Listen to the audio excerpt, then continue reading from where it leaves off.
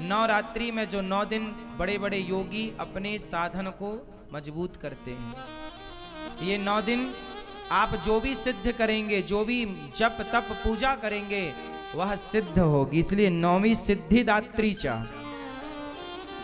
इसलिए 9वें दिन को क्या बोलते हैं? सिद्धिदात्री, मतलब हर कार्य की सिद्धि देने वाली। प्रथमम शैलपुत्री हैं तो दूसरी 9वीं सिद्धिदात्री, सिद्धि की प्राप्ति। इसलिए कोई भी आप पाठ माला जपती हो ना, इन 9 दिनों में खूब बढ़िया से माला जपना, भगवान का खूब स्मरण करना, ज्यादा से ज्यादा भगवान नाम जप, गुरु मंत्र का जाप ज्यादा करो, भगवान का चिंतन ज्यादा करो। इन 9 दिनों में, ये 9 दिन विशेष दिन माने जाते हैं, सामान्य दिन नहीं है। इन 9 दिनों में किया गया जप तप कई गुना फलदायी होता है, किया गया अनुष्ठान सिद्ध होता है, सिद्धि मिलती है। बड़े बड़े लोग जो समझदार ज्ञानी विज्ञानी जन हैं, इन दिनों में राम रक्षा स्तोत्र में ही लिखा हुआ है कि नवरात्रि में 9 दिन जो इस स्तोत्र का पाठ कर लेता है वो सिद्ध हो जाता है तरीके से। मतलब कोई भी शुभ कार्य किया जाए तो वो सिद्धि को प्रदान करने वाला होता है। नवरात्रि है मतलब अपनी माँ की सेवा कीजिए, अपनी कर्तव्यों को, अपनी जिम्मेदारियों को पूरा कीजिए।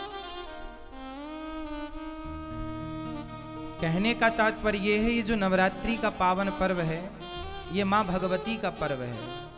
और माँ भगवती कौन है? आपकी माँ, माँ की सेवा।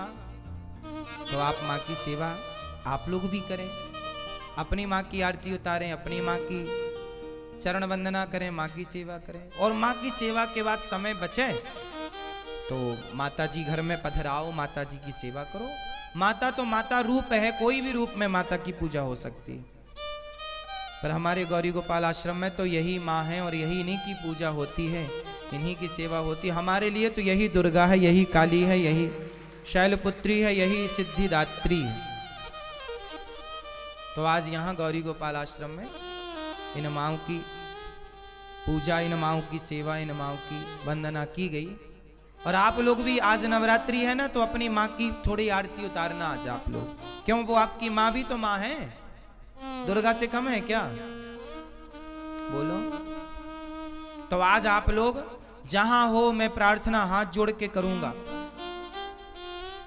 मैं पहले कहता नहीं हूं, पहले करता हूं, फिर मैं आपको कह रहा हूं कि करो आप भी।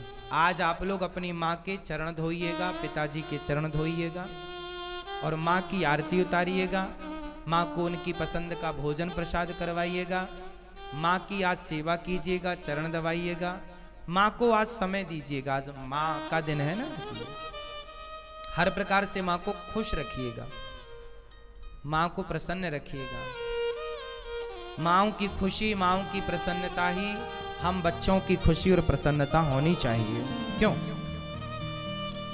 कहीं भी आपकी माँ यदि आपसे दूर है तो फोन पर ही, मोबाइल पर ही अपनी माँ को प्रणाम कहिएगा, और जब पहुंचिएगा घर अपनी माँ के पास तब माँ की आरती उतारिएगा, तब माँ को प्रणाम कीजिएगा, तब माँ के चरण धोइएगा, पर धोइएगा जरूर।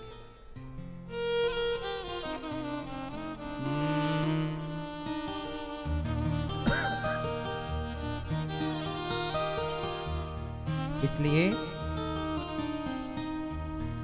माँ की वंदना, हम लोग भूल गए हैं अपने संस्कारों को, कुछ याद नहीं है अब हम लोगों को।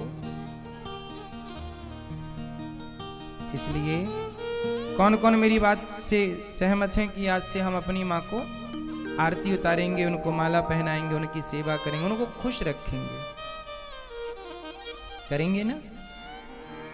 माँ बाप की पूजा ही कर लो साहब। दुर्गा मैया तो बहुत खुश है। दुर्गा माँ उनसे ज्यादा प्रसन्न होती हैं जो अपनी माँ को, अपने पिता को खुश रखते हैं। कोई अपने माँ बाप को छोड़ करके, अपमानित करके और तीर्थ यात्रा करे और वैष्णव देवी की यात्रा करे और पैदल चढ़ाई चढ़े। आज विडंबना देखिए ना,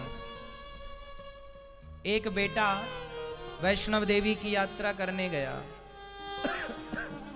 मैंने सुना है वैष्णव देवी की यात्रा बड़ी लंबी है और पैदल चढ़ाई चढ़नी पड़ती है। कई किलोमीटर ऊपर वो पैदल चढ़ करके गया, वहां पहुंच गया माता जी के दरबार में चरणों में, लेकिन उसकी माँ उसकी गली के दूसरी गली में रहती है। वो अपनी माँ से मिलने सालों साल नहीं जाता। जो माँ उसे जन्म देने वाली है, जो उसकी गली में रहती है पास में, उससे मिलने सालों साल तक नहीं जाता और वैष्णव देवी की यात्रा में लंबी चढ़ाई चढ़ के जाता है।